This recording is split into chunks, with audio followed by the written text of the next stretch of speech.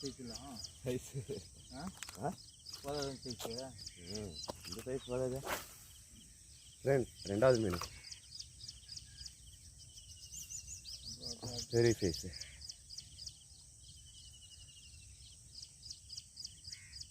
ரெண்டாவது மீன் பெரிய size. Like பண்ணுங்கள். மூணாவது மீன் மாதிரி தான் பார்த்துடலாம். Bullet frock. ஆய் வச்சிட்டா லாக்கு தான். கொஞ்சம் வெயிட் பண்ணி அடிக்கணும். அதுவுமே ட்ரை பண்ணுவோம்.